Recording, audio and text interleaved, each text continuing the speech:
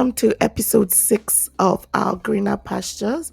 My guest today is Yanju, and on this episode, we discussed what it was like to relocate to Ghana back in 2021. We also, when the relocation parts were not so straightforward. Yoju also gives an insight into some really difficult working conditions he had to endure with in order to remain in Canada. We also discuss how he started his entrepreneurial journey and how well that is going for him. Grab a snack as usual, grab a drink, and enjoy. Thank you. Yay! I don't have a lot of accolades, but yay! Don't worry, we'll get into the accolades now. It's you that thinks you don't have. Don't worry. I'm trying. True. How is it going? Thank you again for doing this with me. I really, really appreciate it. Like, a lot of people are always shy and just like, I don't have anything to say. But thank you so much. No, I appreciate it. I appreciate you thinking about me and reaching out. And yeah, absolutely. Why not? I think you're one of the people you're like our Egbon. We look up to you here. So. Okay, Uncle Canada. Uncle Canada for real. All right. So, yeah. I mean, I'm just going to go into it and ask you like my first question, how I like to start the conversation. And it's like, at what point did you decide you were going to leave Nigeria? Oh, wow. I mean, to what you said, yeah, it's been a minute. It's not a minute actually. 14 years is not a minute. It's a minute too. It's a minute, please. It's been a minute since I left Nigeria, but I don't think there was any strong decision. So I mean, to the audience, myself and the host went to the same school, university, University.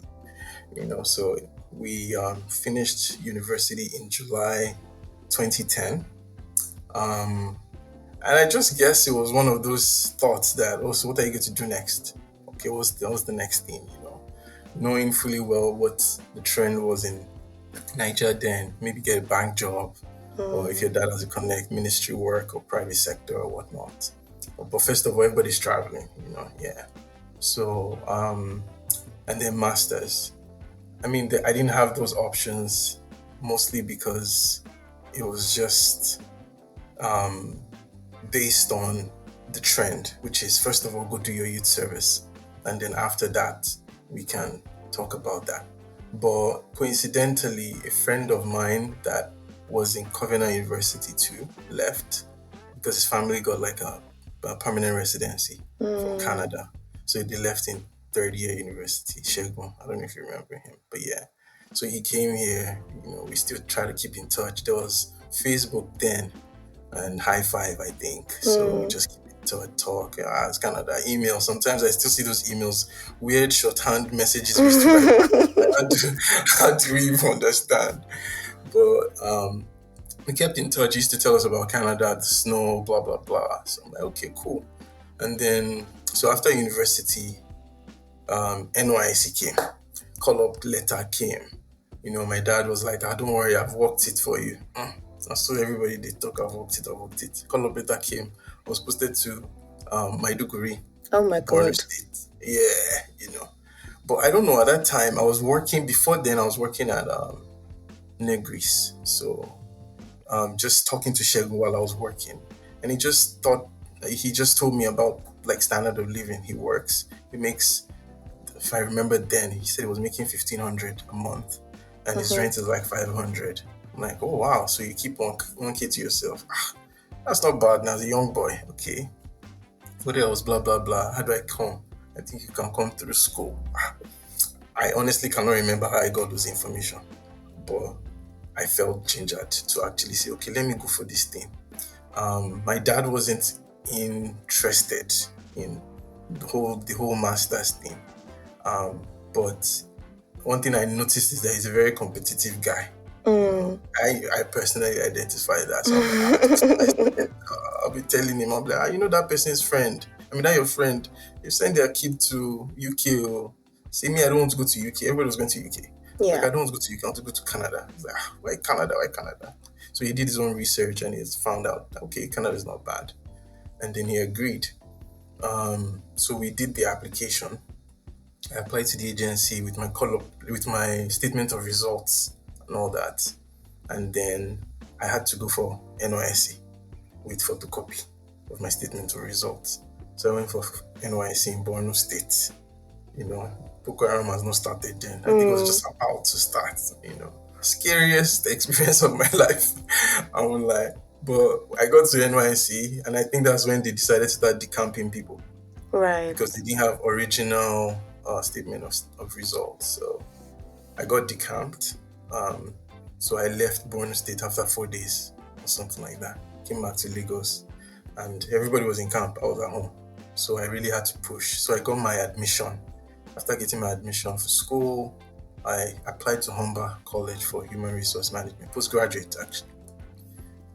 So after I got the admission, my dad is like, I'm not interested anymore. Oh Like, wow. forget about this. I'm like, Mr. Ma, you can't do that right now. But I guess it's just all part of him not sure because nobody was Yeah. going to Canada then, right? So he hesitated a little bit, but he agreed and then went ahead to apply for visa and then luckily got the study permit and then I came here. I left Nigeria Boxing Day 2010. You know, it's December 26th, and I got here 27th. So yeah, Wow. Like this is like almost immediately after uni. That's crazy. exactly. So I Like didn't do NYSC, and then boom. that is crazy. I mean, even me that just came in, what year did I come to Canada? I came in 2021. Like my parents were still, what do you mean you're going to Canada? Like, as in, I was even a married woman with a child. They were I saying for me, what do you mean you're going to Canada? So I cannot imagine like straight from uni, just wow, that's wait, were you, I mean, I just want to, I know it's been a long time and I don't know if you remember, but were you scared? um, I think I was more excited than scared. Really? Yeah, I don't know why. I think it was more like, okay, so I did a lot of research myself. Mm, So, like, I think okay, this was the real problem my dad had was the agency, like using an agency to mm, do this whole admission and visa thing. So because he was so hesitant with that, I did a lot of things myself because I'm like, I have to do this thing. What motivated me the most was decamped. So I'm like, I can't yeah. stay at home for one more year, and all my mates would have come back. They are doing their whatever that working thing The when is, you and me, work at for NYC, I'm yeah. and then me, I'm not going to camp and all that. So I'm like, this thing must work. Oh. So I did a lot of research to the point that I did some studies on racism. Oh my So I found god. out that the racism in Canada is not between black and white. It's like Indians and race like different cultures because it's Right. multicultural. Mm-hmm. So I guess all of that mixed with the fact that a friend had painted a picture for me, you know, and it's a new environment. I was like, so before then, 3 months before then, just right after graduation, I had traveled to the UK for just a couple of weeks, Mm-hmm. right? So, and that gave me more comfort because then I was thinking, okay, let me go do masters in the UK. And my uncle was like, oh, don't even think about it, it's expensive, right? So while we were in the UK, I was just like interested in, okay, I'm done school now. How will it be living in a foreign country? Getting on the bus, getting on the train. So I Mm, learned all this Google Maps thing from my uncle. When he's at work, how do we navigate the city with my mom and all that? So that gave me more confidence too.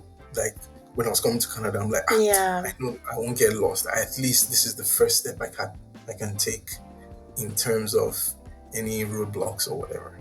But yeah, Wow. I was scared, but I would say I was excited too. Wow. So like wait, I mean, I cannot even imagine because I mean you finished school a year before me. I finished in 2011.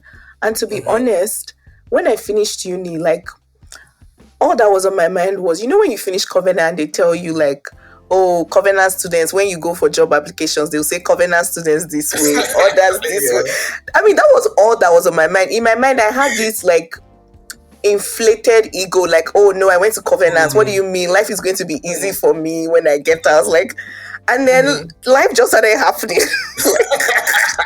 Life started lifing.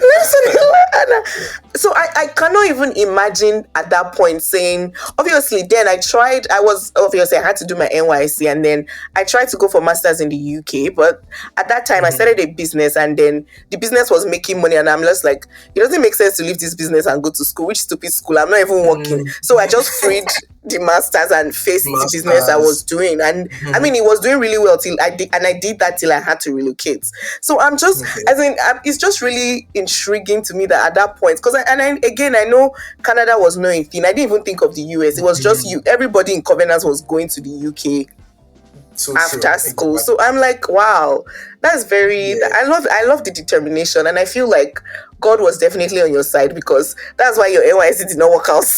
I won't lie, honestly, because I See? think I think on that plane, just traveling on that plane, I'm like, thank God, at least I can say I did this. Like, this is Yeah. the route I took. Let me get there. And I think I had a lot of confidence in the fact that I had a friend there. Because it's like, But don't just worry, one friend though. just one friend. I don't know. Maybe I don't God, know. that's something. That's something. All right. I feel Okay. it. I mean, But with you, it could be that I think when you're younger, it's more like adventure in my mind versus when you yeah, came but because no, you were no older. adventure all the way to Canada. Like, No, like I agree with the adventure, but all the way, wow. So now let's talk 6 hours about time breaking the difference. news. Like, I mean, obviously your family knew your family, but like when you were telling your friends, like people that had gone for NYC, like, you guys with me, I'm going to. How was that? Like, how did people feel? Did anybody try to like instill fear in you? Like, how was that for you? Or you didn't tell people? Well, I mean, why I'm even laughing already is first of all, like Nigeria now. You say don't announce your Don't announce your jackpot. travel. Yeah. Exactly. I think I remember a very funny screenshot I saw on Twitter. Somebody was like, "Oh, um, why is it that people don't announce their jackpot?" And somebody responded and said, "When you reach your turn, do carnival, Did you guess? and you will see, and you will see what you will And get you when will you see do what will that." happen exactly. Exactly. But To I be mean, for honest, I me, think we're superstitious, but when we were supposed to yeah, come to Canada the first time during COVID, when after we announced for some reason, that's why they said we couldn't travel. So the next time we were going, man, I did not even tell anybody anything. I didn't tell anybody anything. it's true though. It's I true. said, You have to be careful, yeah, right? You never you know. really have to be. Yeah, right. Yeah, I mean, Yeah. even Westerners believe in that energy or law of attraction, like negative energy versus Yeah. positive energy, right? But I mean, sometimes there are just some people that need to know. Yeah. Right? At least for me, it was a funny experience because I'd mentioned that I traveled before Mm-hmm. leaving Canada. So, I mean, at that time, just finished from uni, just went to the UK. So I was like excited to like, this is not that you're coming back and you're going back to school or anything. You're enjoying vacation. So I posted on Facebook. I didn't waste time. And my dad he's the first he was the first of polygamous home. Right? Mm. So he had siblings, cousins, all that stuff. So before as I just came back, I just see that this guy was just smiling with me. I'm like, yeah, calm down. He's like, Mr. Facebook. I'm like, oh, excuse me. Nigerian parents. As in, I'm like, what do you mean? And it's like, this was something discreet. Like, it's just something he did with his own family. It's not something he announced. But me posting it made his other Everybody know. family members, yeah, exactly. And then they called him, it was kind of family drama and all that. So that gave me a red light, like, okay, bruh, this him even agreeing to send you to Canada, make sure you zip it, zip it, zip it. So, I mean, I didn't tell a lot of people, which I'm not very proud to say because till many years after, I still had to mend a lot of relationships because of Relationship. that, Yeah. right? But I did one or two close ties. I did mention to them, the ones that I knew that, okay, even in a few years' time, they would be here too. So Mm. why not let them know that you're Wow. doing this, right? But Yeah. yeah. I mean, That Jackpot has does really broken a lot of, it has broken a lot of friendships, a lot mm, of, I know tell me it's about very it. strange, but in my mind, I just always hope people will understand. Like, it's not like I don't want to tell you, but I beg, Yeah. let me, as in, Just understand. Just just understand. understand, like, exactly, just Yeah. understand. Like, even me, I don't know what I'm going to, so just understand. Do you Mm-hmm. get? Now let's talk about That travel one. day, the day you were leaving. Like, what was the, like, Mhm. did your family members follow you to the airport? Did you cry? Were Oh you yeah. like, and I mean, at this point you were going to school, so did you think you were going to come back, or did you think, oh, I'm just going to school and I will come back to Nigeria? Like, what was your travel day like? I knew first of all, I knew I was going to come back. Right, Wow. not ever, ever, but like I knew I was going to start a life there. Like if I Mm, was coming back, I was coming back to visit or yeah. take my family or whatever, right? But that day of travel was it was very emotional. Like it was very, very emotional. It is still emotional because technically that was the last day I saw my dad Oh because my he passed on God. a year after, Oh, I'm so right? sorry. Exactly. Yeah, it's Yeah. alright, it's fine. So Jackpot don't take is it really doing things, man. Like, Jackpot is exactly. crazy. Like, Because you never know how deep it goes. But yeah, people, you actually never know. you just feel it's relocating, Oh my when it comes to God. growth. But yeah, that day was emotional, of course. Packed up airport. My family, my mom and my brothers, no, only my mom and my brother went with me to the airport. Mm-hmm. My dad, it was a Sunday because he was going to church. My dad hugged me in front of the gate. He's from a bad guy. And then he was about to shed a tear and he just went into the garage. And my mom is like, "Are you not going to come to the airport?" He's like, "No, I have one meeting." I'm like, "Oh, I which swear meeting?" that's my dad too. That's my dad. That's the exact same behavior. For real. I I say think that that's is what my they dad. inject. He's an African dad, I You will don't not know. start forming activity. I'm like, what's Exactly. like? Oh my God. If you want to cry, cry. Let If me you want, see. if you want to cry, cry. Why are you forming? Happy, hard guy, hard guy. But yeah, I mean, I knew he was crying. And then airport, my mom, she tried till I was about to go in. I'd already checked in my bag. I just noticed I was about to go, like going to security checkout. She was wearing sunshade. I'm like, Oh, yeah, there's no sun inside here now. But I knew she was crying. She hugged me real tight. It was emotional, oh. yeah. I But can only imagine. Yeah, mine was yeah. pretty much the same. My dad also did not follow me to the airport because Oh, he was forming. He has things to do. That will I just leave the house? In my mind, I'm like, what do you mean? And then my mom, my mother-in-law, we all went to the airport mhm. together, and it was just Oh, tears, wow. tears. And you know the way everybody praying, and even me myself at some point, I started crying. It was just like I cried till I got on the plane. Even then, I just remembered. Man, I have a daughter. Oh, I think let me gather myself together. I can't be crying Take throughout. care. Like, do you get? Oh, Yeah, but I oh, mean, Jackwa is like, I feel like a lot of us don't even talk about that, just leaving your family behind. oh, Sometimes I yeah. think about like the milestones we're leaving behind. Because I remember Yeah. at the point I was relocating, I just lost my brother. And then Oh, wow. my Oh, sister God. also relocated. So it was a thing of my parents had Mm. no children again with them in Oh, Nigeria. So wow. it was Nigeria. just all of that we're thinking. At some point my sister came after me and then she was feeling really bad, like, oh, we're just going to leave these people in Nigeria alone. Like it was just, it's a lot. When you think about just separating from your family, Mm-hmm. it And is a it's like lot. you have to, it's not like you're being selfish, but Yeah, it's it's just not. that you need Yeah. to move on. Yeah. I Yeah. feel you. I feel. Oh, my condolences. I didn't know. Oh, Sorry, oh, but I mean, yeah, it's been some time now, but yeah, we're dealing with this. Yeah, that's yeah, fine. All right, so now let's talk about some of the initial challenges you faced when you landed. I know you were going to school, so you went to school in Toronto, right? yes. Sorry, I need to sound like a Canadian. In Toronto, you went. Oh my god! Don't kill me. That's a very big humor on social Like, media these I mean, days. sometimes when I say Toronto, people are looking at you like, what? What do you mean? I'm like, okay, Emma Binu, Toronto. Don't kill me. Yeah, so Okay. how was that like for you? Seeing as you had just even finished uni in Nigeria, was like, how did you find going to school here? And like, did you come for a master's? Did you do a whole nother second degree? Yeah, so I came to school for Postgraduate, okay. postgraduate certificate or diploma. I don't know whatever they call it. Yeah, Yeah, it was like 8 months, 1 year program. Um, first day I came. First thing that surprised me too, I won't lie, I sound like JJC now. It was snow. I'm like, wow, because I hadn't seen it before. yeah, And it was a lot. It was the day I landed, it was a lot of snow. So I'm like, wow, like this is not, I'm not jinxing it. Like I saw this on Google.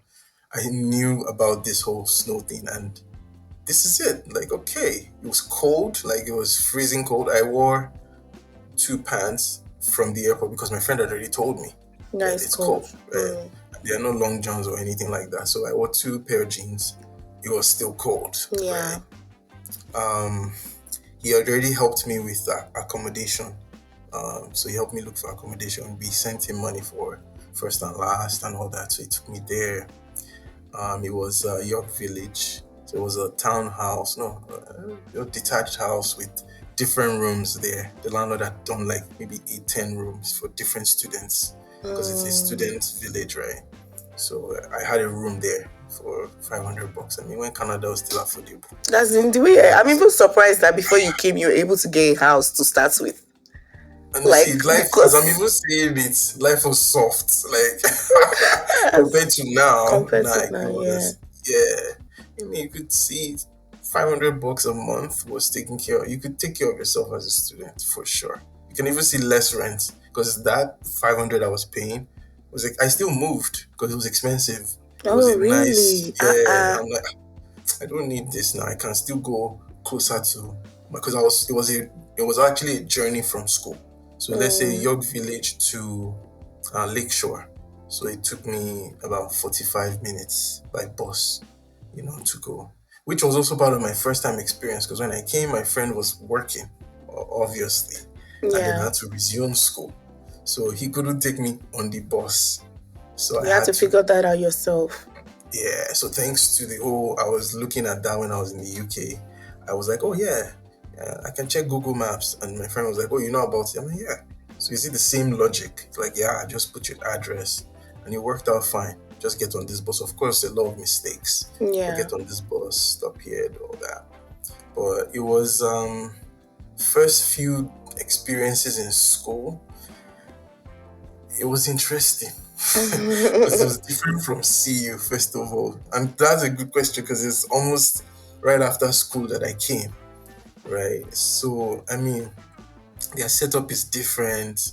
It's less, I know people have different opinions about Western education versus Nigerian education, but I Yeah. can be frank that um, the their education is maybe because it was also a post graduate certificate, right? And it was in a college, but it wasn't too rigorous like Nigerian university education we did, Yeah. where you're taking so many courses, um, exams, tests, and all that thing. It was more practical, you know, engaged in class and all that. So that was my first experience with how their setup is. Yeah. But in terms of my reality, we were not a lot of Nigerians. That was the I can first. imagine back then. Yeah. Yeah, it was not. I was the youngest in my class in terms of Nigerians, not everybody. Mm-hmm. Right? There were a lot of single couples. No, so not single, like for lack of a better word, single couple. So like the husband is in Nigeria, the wife is The in wife Canada. is in school. Yeah. Yeah, doing school and all that stuff. Um, there were not a lot of restaurants. It was bare. It was really bare. So even eating Nigerian food, you just had to cook it. With Yeah. the barest minimum you could make or have or access. You know. So it was a little bit of culture shock for me because now I had to start fending for myself. I couldn't be eating pizza every day. That's why I hate pepperoni pizza now. It's the life out of it. When You you know, first came, I can when I imagine. first, yeah, it was cheap in school. School you just get $5 or no, $2.50. You get a slice of pizza and pop. So as a student, how much are they? My dad was sending me. I mean, economy was good. He was sending 150k, 100k a month, and that would be about $800. Wow. Then, yeah, like, and Cannot try withdrawal, that you one just now. it's not possible. like me and Tony were still having that conversation recently because he came a year after me, right? So not too far off. And we're like, bro, remember then you just go to the ATM, that like your parents will just say, I've sent you your money. Just go to Scotiabank ATM, put in your GTB ATM card, and withdraw $800 cash. And you just go about your business. With your No, GTB with your ATM. yes, like no world remit, no lemfi. Nigeria sports. Exactly. As in, as much as I say Nigeria, I'm also, it's also like you guys actually enjoyed Canada, because even it's, as much as Nigeria to things, even here to things are getting really tough. Because Yes, where will you see yes. $500 To withdraw accommodation? exactly my point. Exactly my My point. friend, I have a friend that came to school last year, and she's paying almost one for a month. And guess what? It's still a shared accommodation. No way. It's still a In shared Toronto. accommodation. She stays Is in Etobicoke. Yeah. hi, yeah, yeah, It's yeah. still because our school is downtown, so it's still a shared accommodation. And I'm like, what? Like, how can somebody survive? And then, I mean, as a student, you can only work 20 hours. There are all these rules around it. Wow. It's obscene. And the funny thing was, I mean, sometimes people. So I mean, to your point, we did enjoy Canada in terms of um not being like being one of not first generation, but I would say one of the first few because there was also we met a generation of people here that have Mm-hmm. been here maybe from the 80s or 90s or something like that. Um, but I guess the route we came through as students, it was a bit stressful. So because we couldn't work, right? So in terms Oh, of you the couldn't legal work part, back then, right? we couldn't work. So the law was once you come to school for the first 6 months, you're not allowed to do any type of job at all. Then after the first 6 months, you're only allowed to work on campus, which obviously is the How chances many are jobs are slim, there? none as in, and they will pick their own people first before you, Mm. everly. Then after you graduate, the work permit they give you, you can only work in what you studied. So if you get to study acting, that's the only place you can get job. And you need the job, of course, to qualify for permanent residency or Now, whatever. wow, it's not their fault now. It's because we are the ones that know what we're looking for in somebody else's country. Exactly, It's not their you know. fault.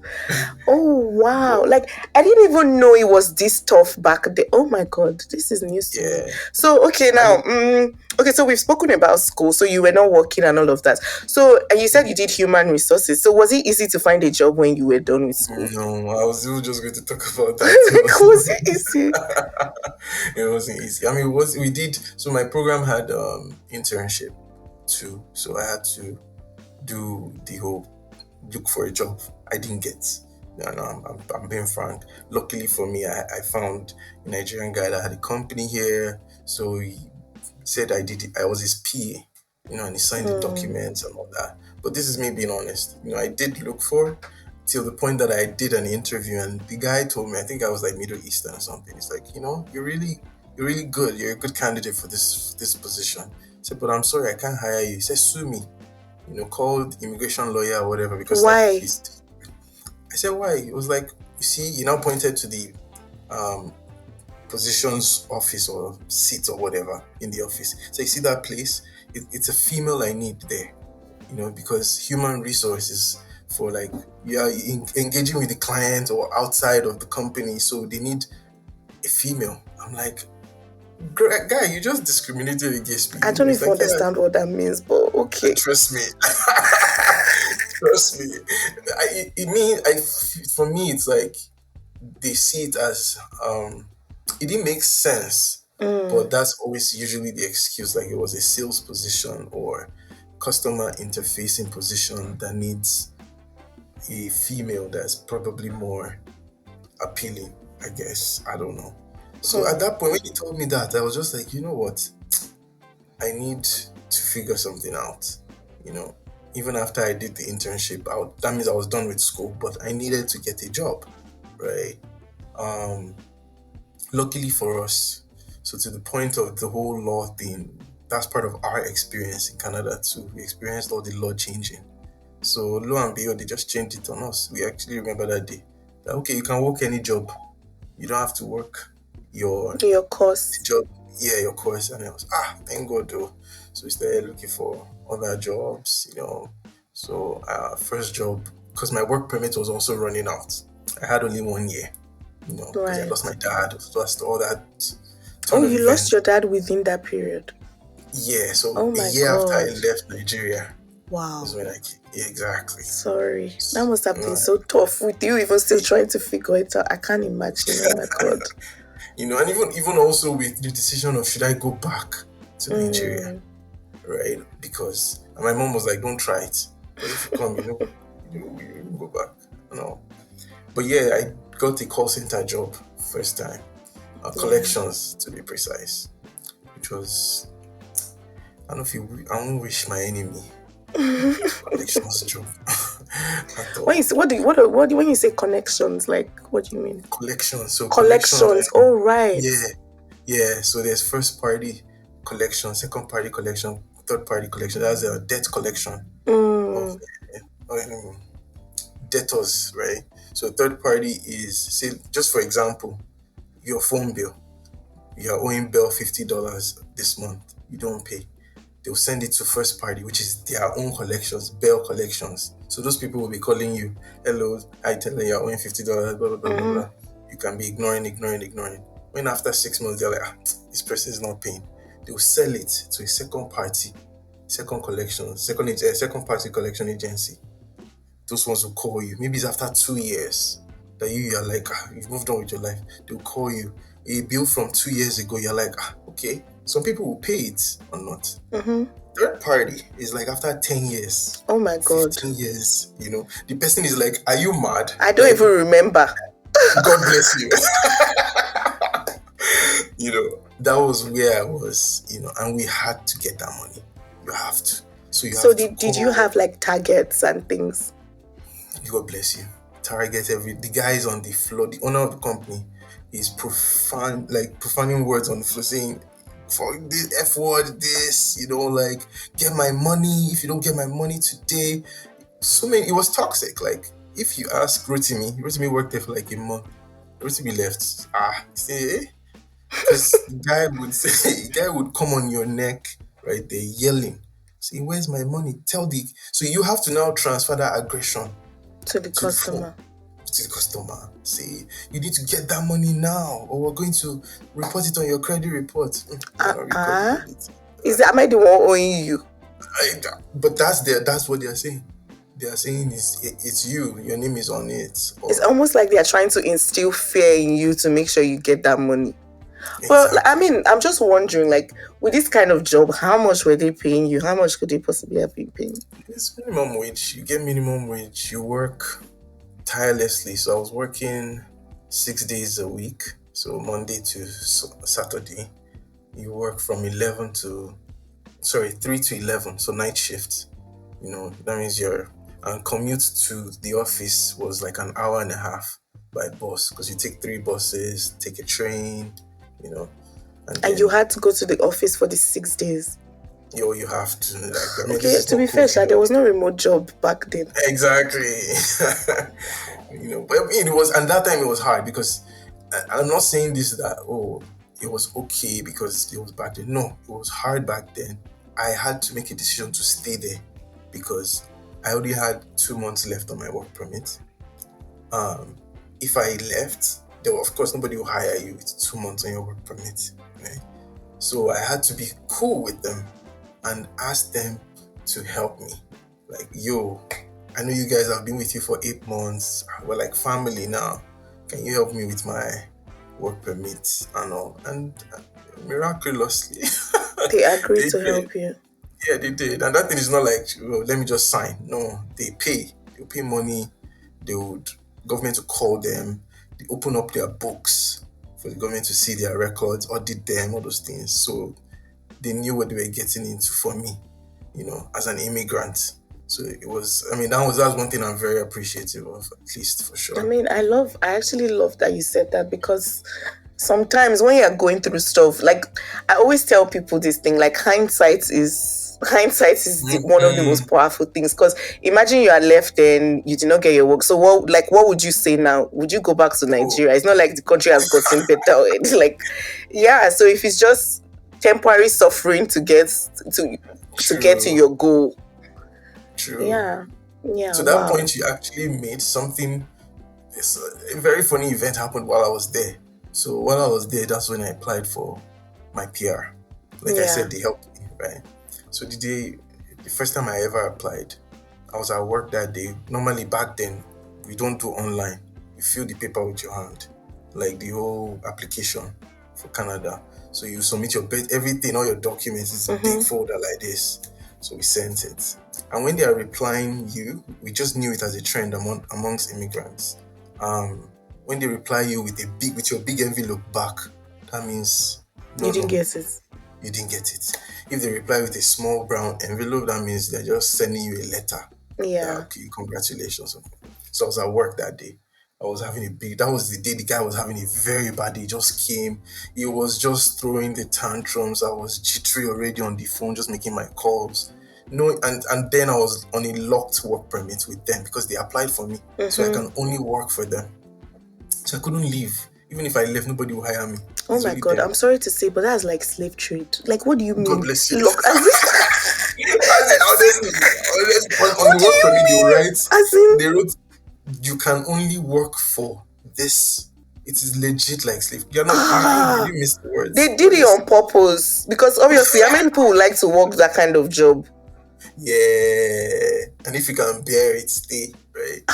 But anyways, that day was bad. And then he came. I don't know why he picked on, no, so before he picked on me, my friend had called, Tony had called me and it's like, bro, you have a package. Oh. I'm like, is it brown envelope? He said, yes, it's brown envelope. And that's the only, you know that Mm-hmm. anything brown is from government. Like, I said, is it big or small? He said, it's big. Ah, I said, open it. He said, no, because he knew, You already right? He's knew. like, no, just wait till you come home. I said, no, open it. And then he opened it. The first letter, of course, they put on top of it is, unfortunately, blah, blah, blah, blah, blah. And he just told me, I said, okay, thank you, no wahala later. And then I So went what? You back. didn't get the PR? I didn't get the PR, they denied it, right? But that's a different story. Oh my God. But yeah, that one I got, I'm thankful to God because the visa officer that probably worked on it was just helpful. He used the pencil on each page Document. with Yeah. to mark the correct. And then the one that I missed, he just circled it and wrote my correction there. Somebody else won't do that, right? Okay. And it was a very weird question that till today people still miss it, right? Issuing country. What's your issuing country? Because I got a new passport in Canada. So you You put know, Canada. I put Canada instead of Nigeria. But I got lucky, so I just corrected it and then reapplied and I got it again. But back to the story, yeah, on that day, I just went back inside, still just feeling bad, making phone calls. He now came. He's like, Andrew, he just stood behind me. He's like, Andrew, what are you doing? What have you done? Where's my effing money? Blah, blah, blah. I couldn't hold it anymore. All that tension, I just dropped. I just broke down there and I started crying. Oh And I my just picked up God. my bag and I said, I'm done. I'm like, you know what? My father's house in Nigeria. We go back there. And I stormed out. And he's like, yeah, get out, get out. I don't need you here anymore. So as I was walking out, his wife, which is like his business partner too, they both own the company, Mm-hmm. saw me and she's like, where you go? What's wrong? And she saw me crying. She's like, no, no, no, come, what's wrong? Sit down, calm down, calm down. And she's like, what happened? And I told her. And she's like, okay, so what were you doing? What were you going to do? I said, leave. And she's like, okay, when you leave, we applied for your whole Work paper and permit. everything. Mm-hmm. Yeah. Does that mean you're going back to Nigeria? I said, yeah. She's like, no, now. Like, you shouldn't just, you're upset, but that doesn't mean you should make a decision. Like, just, you go back on your family, blah, blah, blah. Say just take some time in the lunchroom and breathe, and you'll be fine. And I did that. I was like, okay. After some hours, I went back. I worked. So to your point, I'm sure if I had done that, he wouldn't Yeah. rehire me, of course, right? He would have just said bye bye, and I would be with Tinubu right now. That's it. I mean, lucky you. That's all I would say. Lucky, I know lucky exactly. you. I mean, thank God that at least the wife was more level-headed than her Mm-hmm. husband. Wow. That True, true, true. me, I've not even gone through as much as this. Do you know how many times I've said I'm going back to Nigeria? I can't even start with, and I've been here for just 2 years, and I'm not gonna lie, it's not like I've had it bad. It's just Mm-hmm. that I mean, I came here, I was working in tech, I got laid off, I got so upset. Like to me, it was like, and then you know the way they lay off in tech, there's no explanation. It's just, oh, the Yeah. company is restructuring, your role has been made redundant. I'm like, what does that Mm-hmm. even mean? I've worked for barely 3 months. Like, what do you mean? Wait, Like was it when a full time contract? it was full time, I was a full time staff. Oh. Do you like? I didn't know. I was just like, what does this even mean? And then it wasn't even only me, it was like the whole department. Mm-mm. Like, we were working in sales. If you don't sell your software, do you get how does the company make more? And then they just laid Money. everybody off. I was like, this makes no sense to me. Like, what is going on? Like, It's I was so restructuring. upset. Like, I but I feel you. mean, I looking really do back feel now, I you. guess certain things had to happen. Like, I will not lie, it has made me stronger. It has made me stronger. Like, going Mm-hmm. through that period of looking for job, it has made me understand a lot of things, from delayed gratification to understanding being Mm-hmm. patient. Canada Mm-hmm. will teach you lessons. That's True. True. that's Very what I true. would say. No, I can relate to that, and that's what I always try to be realistic with people that ask. I'm like, don't think it's not a bed of It's roses. not. You know, It's not. it has is a land of opportunities, but it's hard. You have to go through that. There's some things that we've sat down to think about, like that they say passively, but they didn't joke when they said it. Something Yeah, like Canadian experience. When they say, "Oh, we want you to have Canadian experience," we're like, "Oh, they're what not do they joking. mean?" Yeah. They're not joking. They need you to actually go through that system and I've done experience. interviews where I'll get to the final stage. Like, this is like a 5 stage interview. Like, we've been going back and forth for like 2 months, right?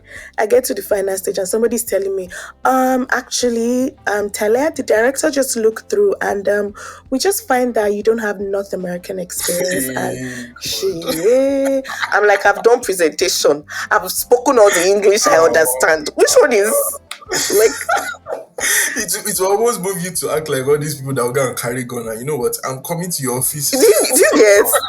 No, there was even one that actually replied their message. I actually replied the email. I was like, no, no, no, no, no, this is rubbish. Like, you should have just told me, like, you've wasted my time. I was so pissed. Like, I could not believe. I was like, so why didn't you just Whoa. say this from the beginning? Like, I did not lie about my experience initially.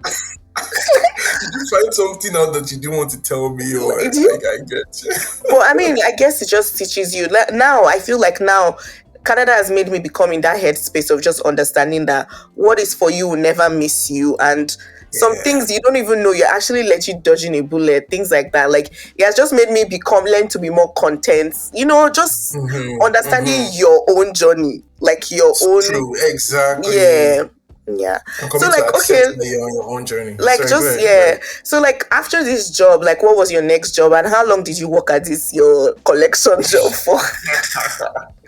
Oh, mo, you're Jew. You have to heal yourself. How I to love know it. myself. I mean, I've been through a few. Like, I'm grateful to God, no lies, because it's very possible to miss it here.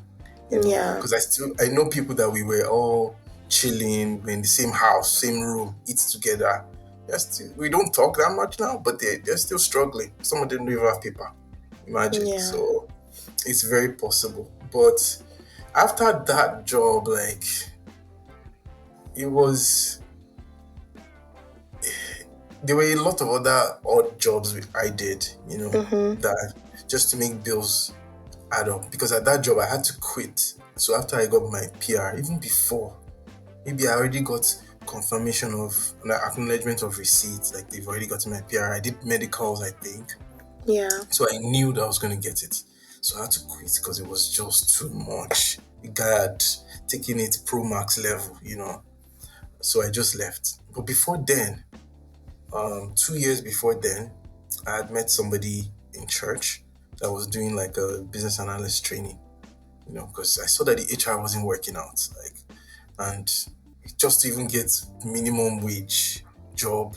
I remember I still saw a paper recently in my drawer that I put as a prayer point. I'm like, God, if I can get $16 an hour job in HR in Wow. this saga, God, I'll be Yeah. grateful. And I was like, 16 then, Like that that's what I'm was like, wow, 16. That's yeah, that was the prayer point. I was a big boy in my head, I don't buy wow. car, buy a house, I'm like with 16, but it just showed how bad I really wanted something. Yeah. You know. Um, but it wasn't working out. So it was in church. It was the lady introduced me to the guy. She's like, try something in business analysis. You might just like it. I said okay. So I met the guy. He introduced me to his classes. I did it for 4 weeks. I liked it. I'm like, this is me. It's something I can do. I Mm-hmm. can just talk this and that. And then, but when I finished this class, I was still in the collection agency. I was still on a locked work permit. Work permit. So I couldn't look for any job. I could just search, see the job description, not apply. Because if they say, oh, they like me, and they say, where's your work permit? It's going Yeah. to show the collection agency's name and all that. So for 2 years while I was there, taking all that BS from the guy, I just sit down there, research. They always see me do it, but they're like, what's this guy doing? Just research, read more, so I don't lose touch of that Mm. field and all that. So once I quit, once immediately I quit, I started looking for jobs in business analysis. Um, I did a couple of interviews. I think I was in working for like 2-3 months. I didn't work for like 2-3 months. It became really tough. That was when I started doing odd jobs to just pay bills on the side. You know, then I got my first BA job. In Toronto. It was at Toronto Hydro in Mm-hmm. 2015. That was 2015. Um, so yeah, that's when Cool Breeze kind of started blowing. I said it was I think $40 or $45 an hour a Mm-hmm. type of upgrade. I'm like, Wow. So that was like say 4 years after you finished school, because you would have finished school in 2011. So for exactly, bruh. yeah. Wow. So I was just, but I mean, I did things, or even before the collection, I did selling toys on, like, they do things in this Toronto that you don't know during summer. Mm-hmm. You sell toys in boxes. Like, you go to all these school where you see kids, just sell toys. So, you blowing gun, bubble guns, all these things, commission based. If you don't sell, bye bye. Come back tomorrow again and sell. If you sell, then you take 10% or 20% Mm. of that. You know, I worked in a grocery store as the freezer guy or shelf guy. That one I had to do it below minimum wage. Well, wait, I Then, have a question to ask you. Like, when you were doing all these jobs, I'm sure by then, like you would have been not even people in Canada, you would have been hearing of your friends in Nigeria that maybe this one will tell you they are working here, they are working there. mhm, Did that mhm. make you feel anyhow at that point? Like, did you have doubts? Like, what am I doing? Like, I'm just wondering. Not really. I think because it was more like Tony mentioned one time, all we had in our head was paper. Like Mm, we're here now, we're in that mix. And I think because Canada is so far away, 6 hours difference, time difference, yeah, that reality doesn't really set it in doesn't because you're really. like in just your own reality, right? Or bubble. But yeah, it was paper. It was just you wake up paper, you sleep paper, you're eating paper, everything is just paper. Because like from what I said, the restrictions, the laws that were there. So you just felt like if you did not have this paper, you're an alien, you're just Mm, roaming the streets aimlessly, right? So I mean, truthfully, it did cross my mind, most especially in the collection agency, right? Because at that point, I stayed there longer. I was there for like 2 years and a half, so it was a chunk of my life then. So it did sink in, and that's one thing that motivated me to hold on to that business analysis training that yeah. I had.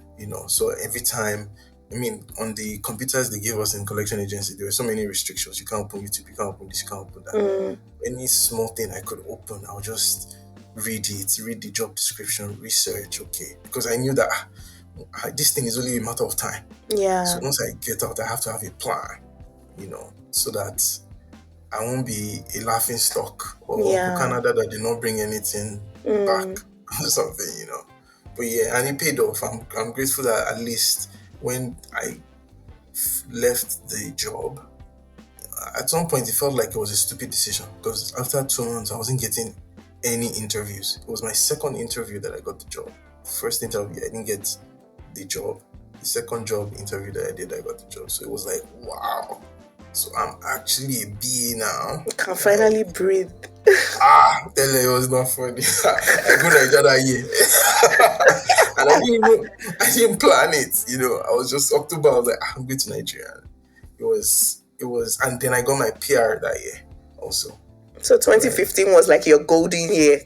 It was my golden year. You got it. You got it. Traveled. I got my American visa. I went to the States for the first time. It felt like I just came to the Yeah. country, right? But to your point, I won't lie. All that prior experience, of course, makes you stronger. It made me push Yeah, that harder. was that was actually going to be my next question. Like looking back now, when you think about everything you went through with the collection agency, and like, would you say that helped you become like a stronger person? Like what did you learn from all of that? I won't lie. Till today, I learned a lot from that place, particularly because, I mean, as an entrepreneur now or employer, hashtag, there's so many things I reflect to there that I Mm, learned, because, I mean, Canada is a different environment. And if you've not really seen somebody to model, like there is a real business owner in this country experiencing how to treat or interact with Canadians, the system, and just hack that, metrics, whatnot. So even though it was a different environment, it was toxic and all that, I just sort of just take the little values that I learned from there, on how he interacted with me, especially, as an immigrant, and accommodated me. Um, how he was also rigid, because sometimes in this country people will smile with you, be nice to you and yeah, but everything. behind your back. Yeah. So he told me that he was Italian. You shouldn't take bullshit from anybody, or you shouldn't take BS from anybody. um he also made me um understand that Canadian experience of their 9 to 5 system, like their work ethics or labor force, how rigorous it is here. Like, it's not. I tell people, I'm like, "Hey, now why IGGB when they enter Nigeria, they're like enjoying Yeah, themselves, blasting, because when you're here, you're just working. bro, it's You're hustle, hustle, Monday to Friday, bro. you know, that guy will smoke a whole pack of cigarettes one day, take like 5 cups of extra large coffee. I'm like, why? But it now makes sense to keep him Mm, going. There's a lot he's moving around, salary for this employer, and payday, rent, hydro bill, taxes, all that stuff. yeah. That mix. So I mean, aside the whole craziness, I did learn. I did learn. Yeah. I won't I lie. mean, I love that. I mean, I'm a big believer in things don't happen to you, things happen for you.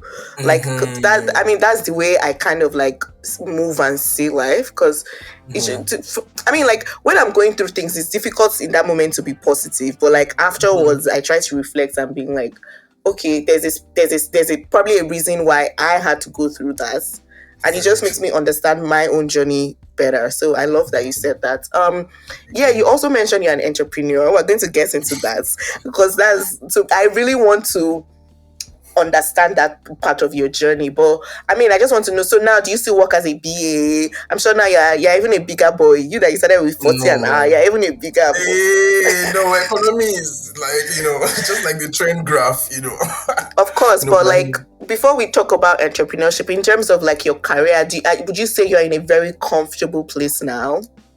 I mean, I won't use the word comfortable, but I'll say, um, No, when I say comfortably, I don't necessarily mean like you're not still striving for more, but comfortable mhm. in the sense that you're not. It's not now that you're not going into an interview and you're not shaking up, like thinking like you can't do it. Like that's what I mean by No, comfortable. I Yeah. get you. I get you. I get you. Actually, truthfully, yeah, okay, to that perspective, yes, I can say I am like, I know my onions, right? Mm-hmm. And I can, I'll say speak like them, like Yeah. talk their, understand their tune.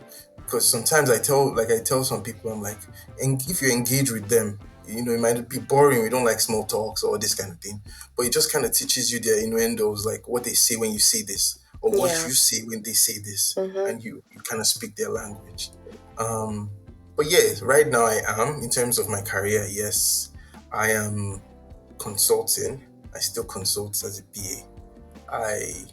Um, I the reason why I was hesitating is because, of course, the industry evolves, so you still have to keep Yeah. learning. And learn this tool, learn that tool, and I'm at the point where I'm like, I'm not a fan of 9 to 5, to be honest. Yeah. Not a big fan, but of course, it pays the bills, keeps the light on, and I'm grateful to God. But it's also a comfortable um, career path for me. So Mm. it's something that works with my personality because I didn't study it in school. So Yeah, yeah. I mean, from human resources to BA, that's a big transition. But all right, now exactly. let's segue. Now that you said you're not a fan of 9 to 5, let's segue into your entrepreneurial journey. So, like, what business do you do? Like, and then, I mean, I don't know how to ask this question, but I'll just say, what was your what, your why, and your how? Like, why did you start it? What did you start, and how did you start I like that question. it? So I can start with why, what, and how. Okay, yeah. So why? I mean, to my story, got the job, PR, life was comfortable at that point. Um, but of course, uh, I guess it was also the fact that me personally, I think I'm a business minded person. Mm-hmm. From school to, I mean, from back in Nigeria, I just always found myself involved in one business or the other, trying it out. Not like I was a businessman, but I just Yeah. always wanted to get my hands dirty. But aside that, it was more of the opportunities we saw. Like social media started booming more, around that time, Instagram. So we Mm-hmm. had access to see other parts of the world, and we saw that Canada had a lot of things Canada did not have a lot of things that other parts of the world had. Nigerian restaurants, um, Nigerian clubs, because right now there's a brewing club culture coming, but there was a Yeah. time that it was just white clubs, or people. When you go there, you're like, okay, I need some Afrobeat, what's going Hmm. on? And so many other things, businesses too. So that we used to have those conversations as guys. Then say, okay, on a Friday, young boys, that were okay. Where should we go? We can go clubbing. Okay, cool. But if there was this nice restaurant we can go that is Nigerian, it'd be nice too. The few ones here were not very um, nice. They were just Yeah. like Buka style and all that. So yeah, we just thought that we needed to do something. We just needed to. It wasn't to make money, so to speak, honestly, because we just felt that was 9 to 5's job to give us money. Mm-hmm. But to get your hands dirty, to start something at least, eventually you will make The money money. will come.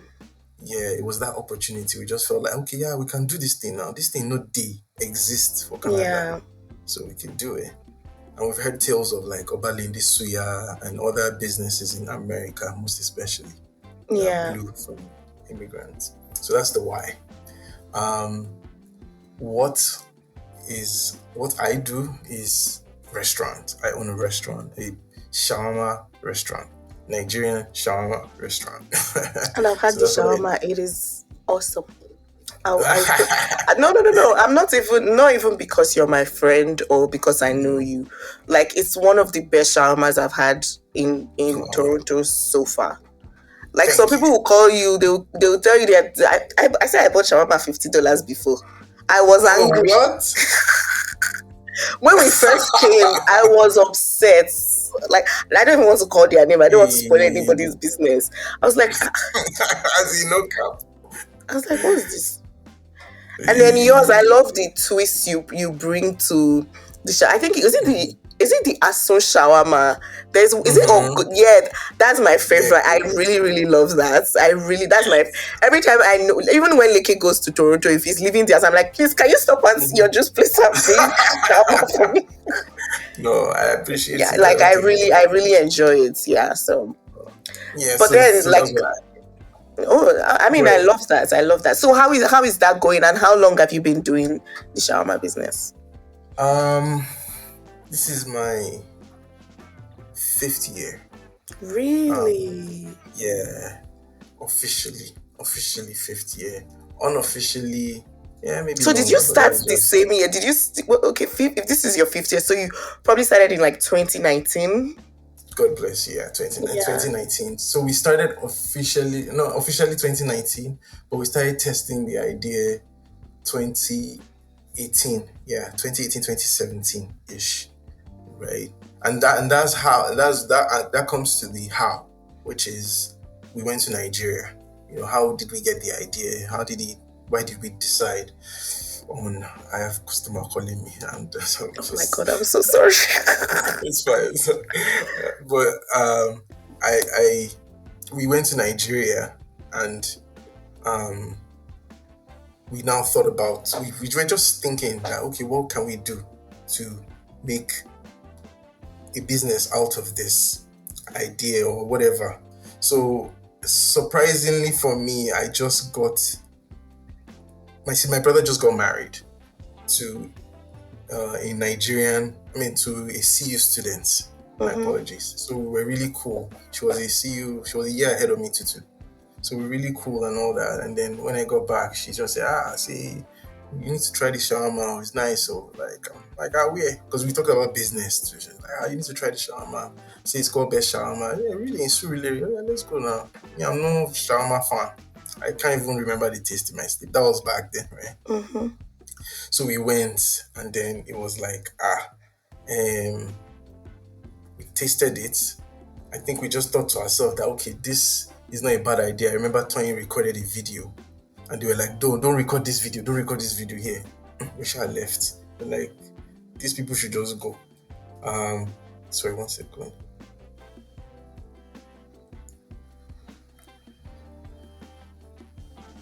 Yeah, so we should have left, and then we came to Canada. Um, to, we're just chilling, me and my partner, because I have a partner for this business actually. So we're just chilling in Canada. Okay, which idea? It's not like we came back and we're like, yes, this is it. It was after a few months, sat down again, pondered, those times boys are just chilling.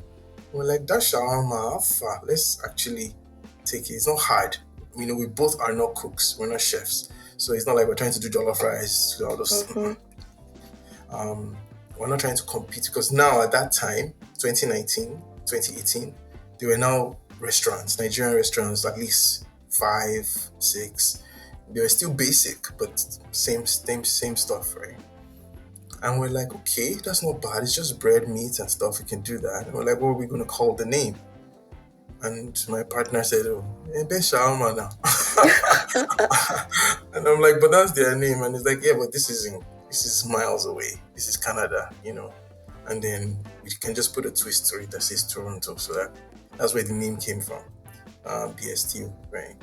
And then, yeah, we just started recipes, Googled recipes, asked family back home how to make Nigerian shawarma, Mm. and then started making it. It wasn't the way you taste it now. It was very different then. We used to do a lot of experiments. We had customers in because we're now living in Hamilton, which is an hour away, Mm-hmm. right? And then we would have orders in Toronto. We'll drive an hour. The customers will wait 2 hours for their Wow. orders. We'll apologize. I'm sorry, but we just said we have to work on it. We have to do better. Versus saying, "Oh, this thing is not working," and then end it. Right? But yeah, But before then, we had already tried an idea. I forgot about that. I grew up business, Mm-hmm. just grilling with a bunch of friends. We're like five. But that one it's just the way Nigerians say, when too many hands in this pot of stew, it will Yeah. spoil it. Yeah, so that didn't work out, so we just stopped that. But yeah, that's the summary of my business. I love that. I love that. So 5 years of best TO. I love that. Basically, And yes. like, I mean, just kind of like plug your business. You guys have a location. Can people Yeah. walk in and eat in? I just want you to tell us more. Okay, my people. I'm joking. I'm joking. If I sound like a Nigerian podcast, but yeah, our shawarma name is BSTO. That's Best Shawarma Toronto. We are a Nigerian juicy premium comfort food restaurant, and our prime food is shawarma, Nigerian shawarma, proper one. We have beef, chicken, goat meat, and a combo, which is chicken and beef together. We also have bowls, so you can have it with jasmine rice, potato fries, sweet potato fries, and there's so much more other items to come. We are in Toronto Midtown. That's at 1310 St. Clair Avenue West in Toronto. So you Yeah, can also walk on Uber in. Eats. Yes, one Uber Eats, skip the dishes, DoorDash, So come have a taste of that Yeah, confirmed Niger yeah. charm.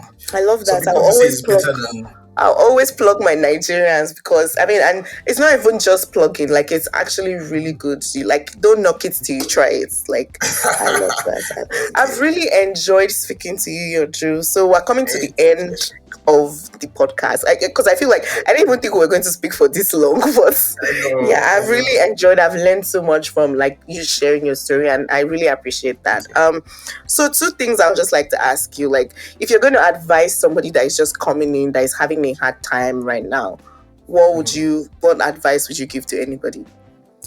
Um, I mean, I don't want to sound like everybody they ask those type of questions. You put your head up, head high. But honestly, I just need you to. I think the best advice I can tell anybody is that they should just know that it's gonna be hard. Like, not in the negative sense, but like Jay-Z said, hope for the best, expect the worst.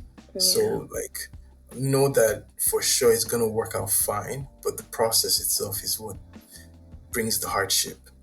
And to your point that you mentioned during the podcast, that hardship is actually what strengthens you, what gives yeah, you that learning or that maturity that you need to keep going.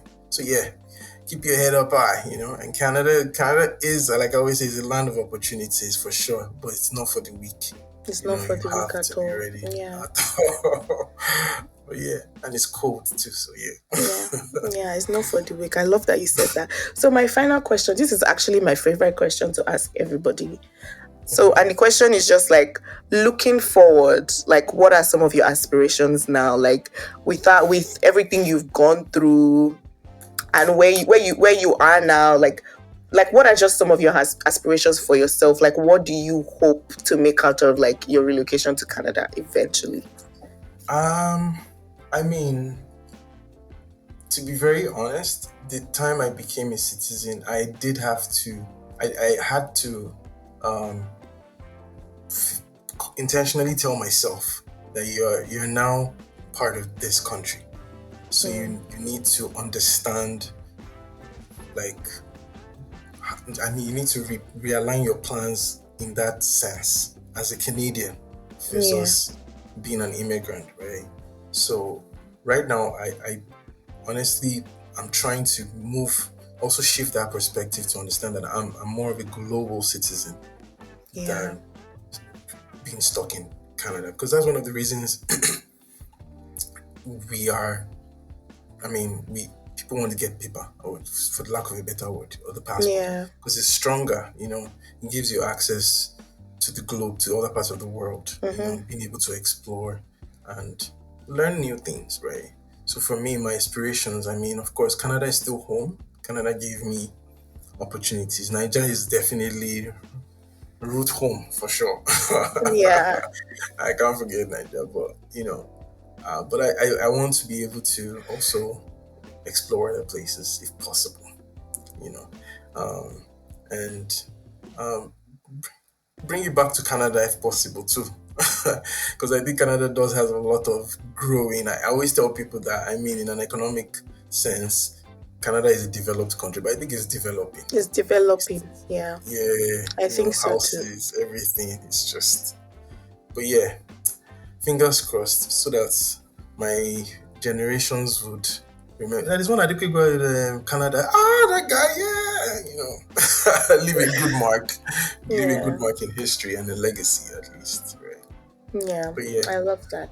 I love that. Thank you so much, Yaju. I really, really, thank really you. appreciate you for sharing your story with me. This was fun.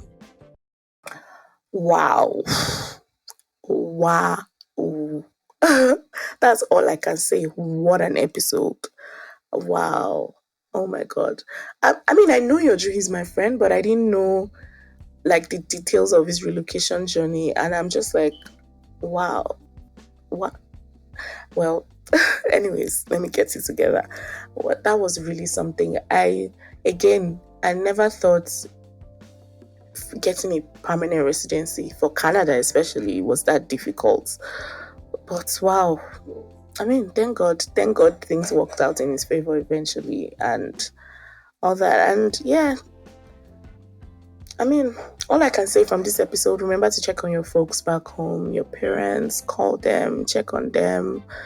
I mean, that's the most we can do for now in search on this journey to our greener pastures. And yeah, remember to share, like, do they like podcast actually? I'm not sure. Remember to share this episode with your family, your friends, everyone. And also remember to follow us on Instagram at Our Greener Pastures _. And until next time, bye.